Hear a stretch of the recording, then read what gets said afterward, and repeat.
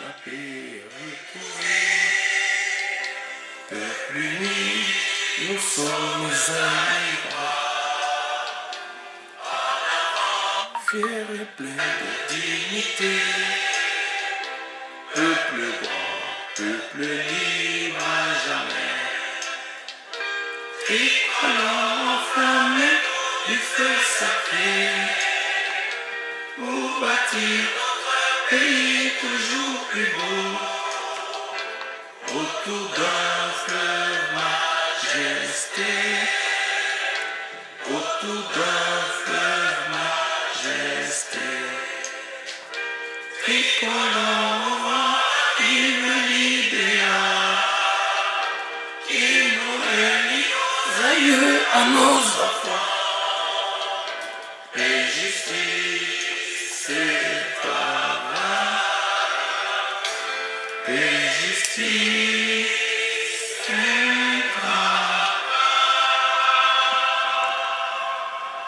Merci bandeko na ngai ya bolingo, merci bandeko na ngai bana ya Congo, bana ya mboka ya lokumu, tozali ensemble, tozali ko plaider pona tozali ko plaider pona ba valeur ya solo ya mboka na biso, tozali ko plaider ensemble bandeko na ngai pona restauration d'un état de droit. État de droit ezalité o ezali wana, état de droit ngelo bateke bakangi mutu moko ne bobengi état de droit, non. État de droit ezali donc séparation, il y a trois pouvoirs: pouvoir législatif, pouvoir judiciaire, pouvoir exécutif. Donc esprit donc il y a séparation wana soki ezali wana to benga état de droit. Bokangi moto moko mibale ezali état de droit te.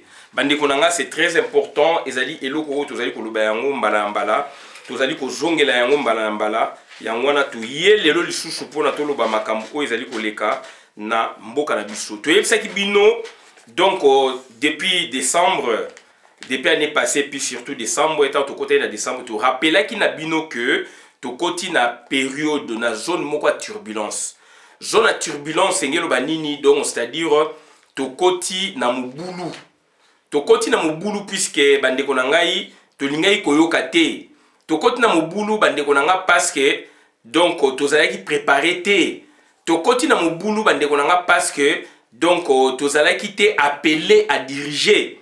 Tokoti na mobulu bandeko na nga parce que tozalaki te bato oyo babengaki biso donc appel divin et yaki.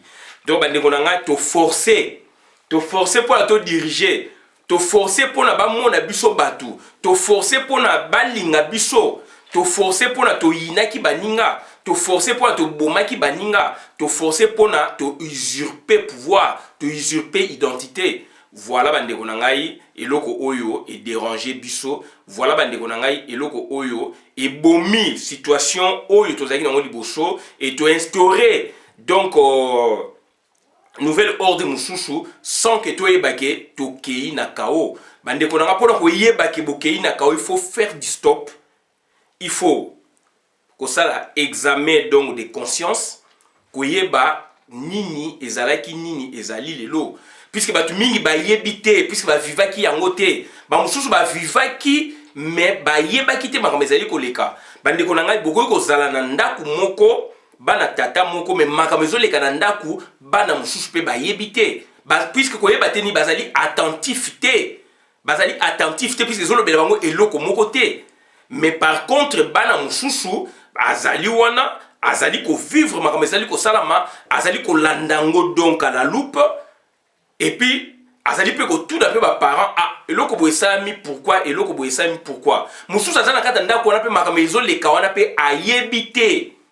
Yango bandeko na nga c'est très important. Ndenge mo pe na mboka makambo elekaki na Congo tango mobutu azali ba mususu pe bayebite, makambo pe elekaki na Laurent Désiré Kabila ba mususu pe bayebite, makambo elekaki na période ya Kasavu pe ba mususu pe bayebite. Donc bandeko na nga c'est très important loko wana. Donc bozali na kata ndaku, bozali na kata mboka, mais bozali na kata mboka te, bozali na kata ndaku te. Donc c'est-à-dire yango tolobi il faut qu'il y ait des appelés de Dieu, de l'u de Dieu.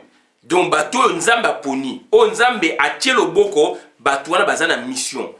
donc lelo oyo bandeko na ngai toye koloba ko rappeler bino tokotaki na zone ya turbulence tolobaki yango zone à turbulence déjà avant bonne année te rappeler bino to côté bonne année te rappeler bino début à mois de mars te rappeler bino to continue à mai te rappeler bino to zakara ko rappeler bino que to kota na zone ya turbulence to yebite soki na juin oyo makamnini ekoleka. Je me répète, to yebite soki na juin oyo makamnini ekoleka bino moko bomoni bandeko na ngai. Donc, c'est-à-dire, il faut prolonger l'état d'urgence de 2 semaines. Il y a 2 semaines, on a tout yébité ngai na yo. Donc, il y a un peuple na biso à la prudent. Tout ça, c'est un peuple na biso à la prudent. Donc, c'est la vigilance. Donc, c'est donc proactivité de sauver le peuple. Il y a une unité. Il y a un hymne national ya Congo, il y a hymne national ya Mboka na biso, il y a hymne national ya Lokumu, hymne national oyo et sangisaka biso. Zaïre et sangisaki biso dans le temps et dans l'espace. Donc c'est-à-dire l'Eguana, héritage wa batikela biso, toko faire perpétuer, toko continuer yango. Yango ngana banazali continuateur ya unité nationale. Nazali continuateur. Il y a forme de l'État donc État unitaire. Unité nationale, et puis nazali donc forme de l'État Ongai, nazali prôné, nazali État unitaire, dont j'en suis le continuateur. Nakopé sa tante na ba sécessionniste. Nakopé sa tante na ba fédéraliste. Fédéraliste, c'est une tendance, mais c'est sécessionniste nakolingaka yango jamais. Nakobuna jusque donc on a dernière énergie nangai. Pour que mboka les ala donc ekangama ndenge batikela biso mboka ifeza la donc un indivisible ndenge ba perdre l'indépendance batikela biso le vouloir vivre collectif ndeko oyo combattant ou pas akoya la tendance ya ye ya sécession akokutanga na nzela na ye. Je me répète, combattant ou pas oyo akoya na tendance ya sécessionniste akokutaka ngai na nzela na ye puisque nga nazali continuateur ya état unitaire, nazali continuateur ya unité nationale. Fédéraliste c'est une tendance, là c'est autre chose. Donc état fédéral ça c'est autre chose, ça a une autre compréhension. Pour tokoti balinga bakoti sa biso na bourrieke ya makama sécession. Il faut bien lire profondément histoire ya mboka na yo. Ndeko yo sotanga histoire ya mboka na yo. Est-ce que ndeko okondima, est-ce que tanga yango malamu? Tanga yango. Tanga histoire profonde ya mboka na yo. Du 30 juillet 60, première république, ezaki ndenge nini? Deuxième république, ezaki ndenge nini? Transition démocratique, ezaki ndenge nini? Il y a 16 ans. Troisième république, il y a Lokuta, ezaki ndenge nini? Normalement, donc, la troisième république, mais normalement, tu as déjà la quatrième république, puisqu'il y a eu une transition déjà, donc à partir, il y a le 20 décembre 2016, le 20 décembre 2016 jusqu'à nos jours, pour l'angaï doctrinaire, donc, c'est-à-dire, tu as déjà la quatrième, tu as donc la transition, tu as déjà la quatrième république. Il fallait, tant Félix Batiewana, il fallait proclamer la quatrième république. Donc, on va dans la troisième république, c'est deux transitions. C'est deux transitions. Donc, on ne peut pas accepter. Transition, il y a Bruno Tchibala. Transition, donc, il y a Bruno Tchibala, oui. Non, il y a Félix Antoine Tshilombo. Donc, ils allaient aussi transition. Mbok, ils allaient bien. Mbok, ils allaient Nicolas Cric. Il y a mon diaka. Il y a mon donc, les loyaux, Bomoni, des autres, des Mboka.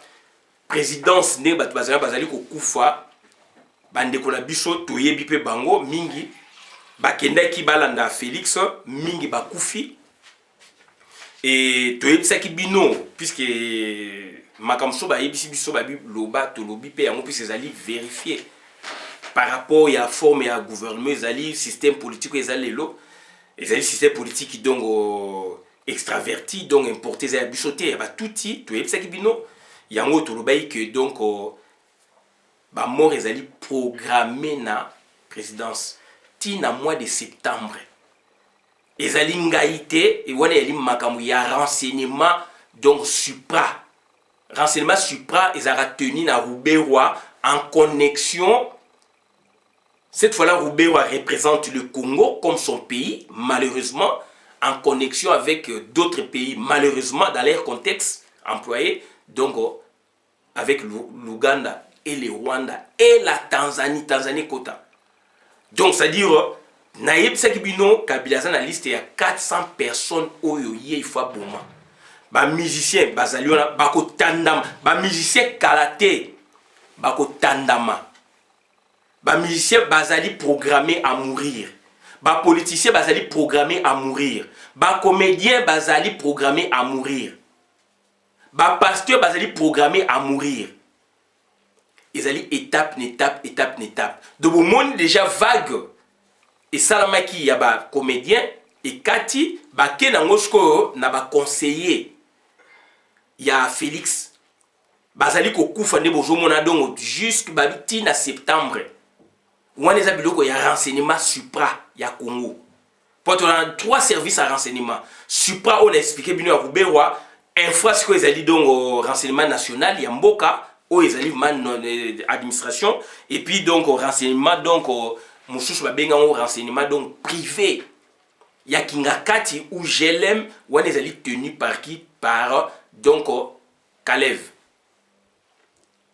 ou les allaient tenus par Kalev national les alliés Moutou a remplacé Kalev Supré les alliés donc Roubaix-Roi privé les alliés Kalev allez-y comprendre. Donc, Félix Azali est boilé là-bas. Félix Azali conjugué dans le passé. Azali morsi. Donc, ça dit, tu expliques Bino. Tu expliques Bino du chouchou. Donc, que, conseiller à Félix Azali programmé à mourir. Donc, une sorte de minuterie Azali wana. Donc, ça dit, tchédje ba minute. Na moment boé, na temps boé, moutou boé, faut na moment. Donc, hier, certaines personnes parlent de 3 conseillers. Il y a Félix Bakoufi. D'autres parlent de 4 conseillers en moins de 48 heures.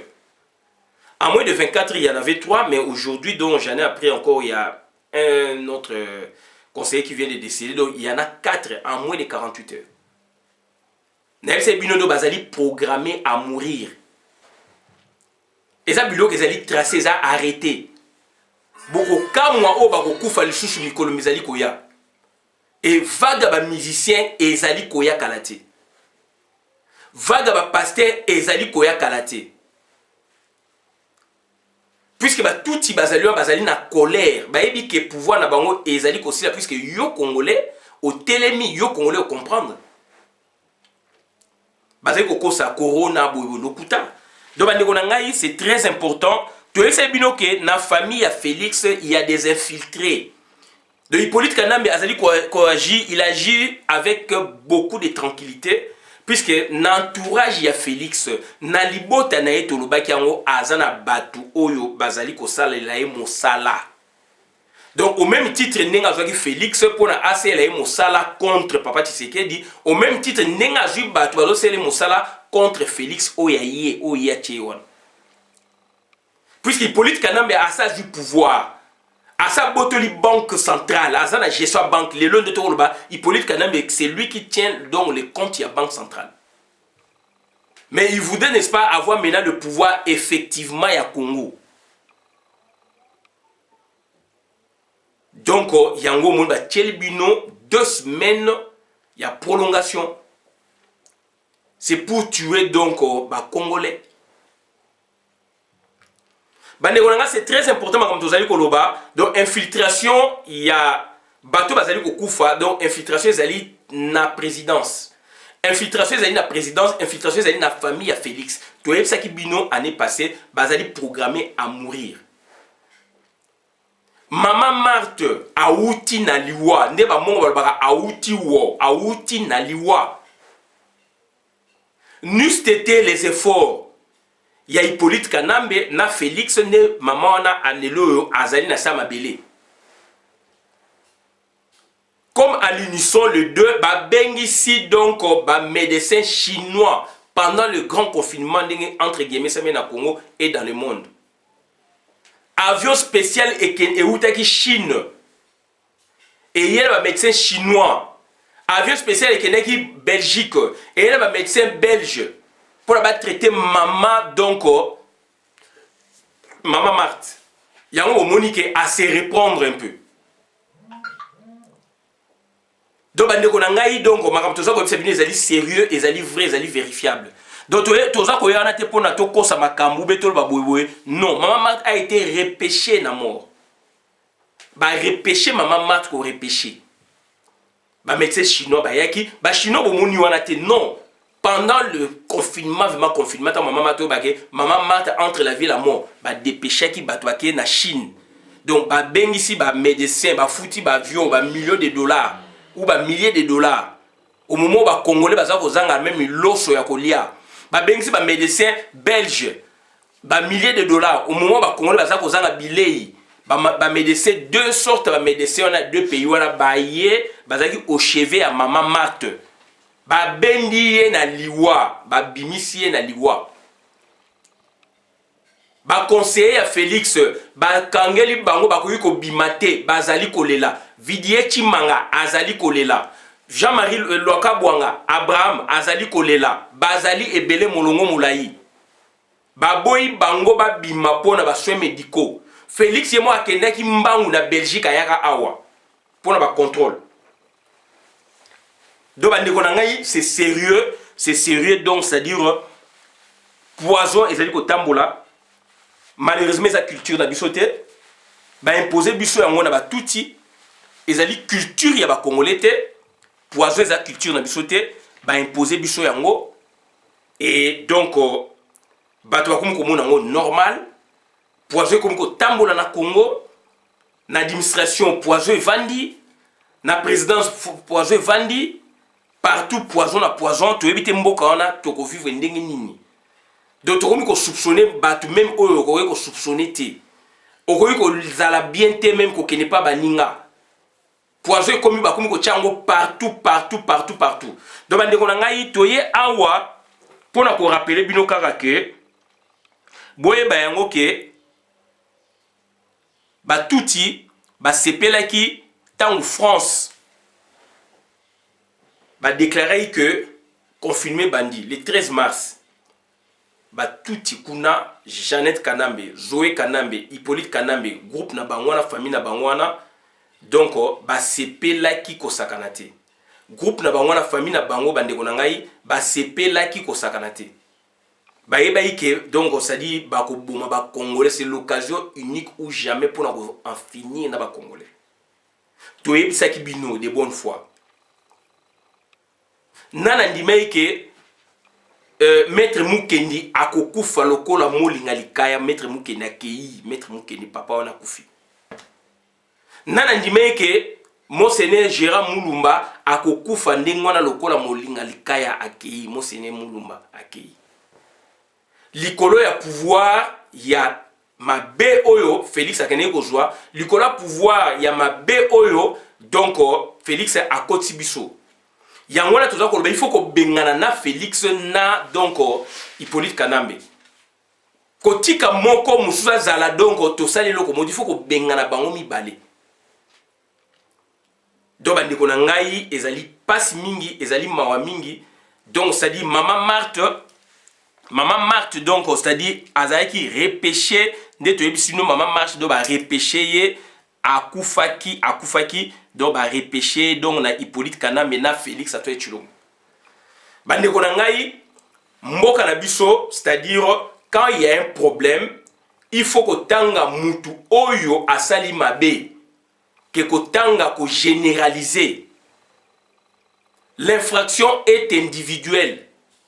C'est-à-dire Moutasali Mabe, famille nae et bénéficiaka et ko bénéficier na mabe oya sali mais communauté et ko tomboka et tant bako kanga nanu en premier mutu oya sali mabe ensuite ba complice et complaisant tant mieux so baza ba membre famille nae ou baza ba tu la société nyoso.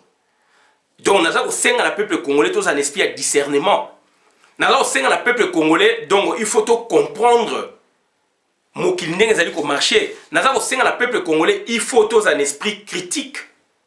Naza kosenga na peuple congolais, il faut tous un mboka Congo, ezali mboka ya moto nyonso. Naza kosenga na peuple congolais, il faut tous se comprendre. Naza kosenga na peuple congolais, il faut tous lingana.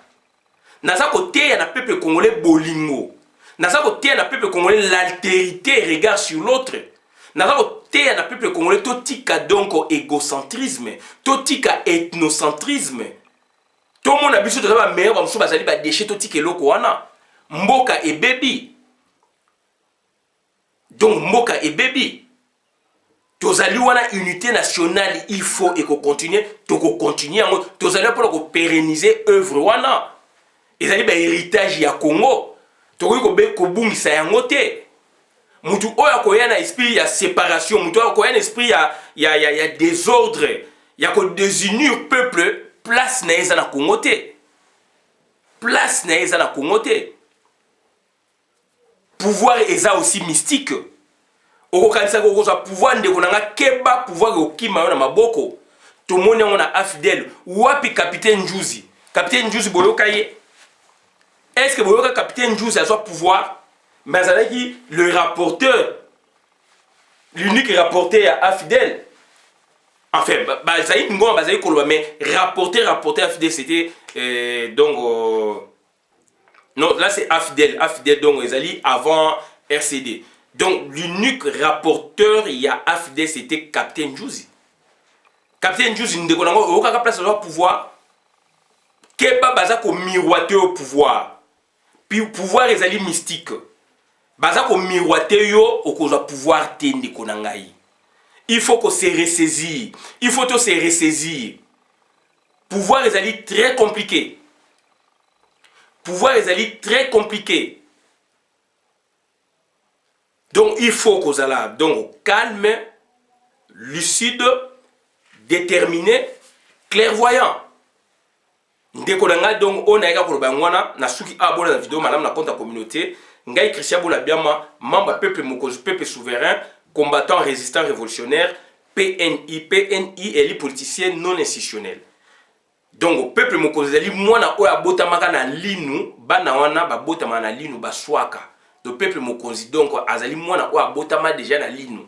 Donc bandeko na ngai, tozali ko senga na bino donc tozali ko rappeler bino que to kota na zone de turbulence.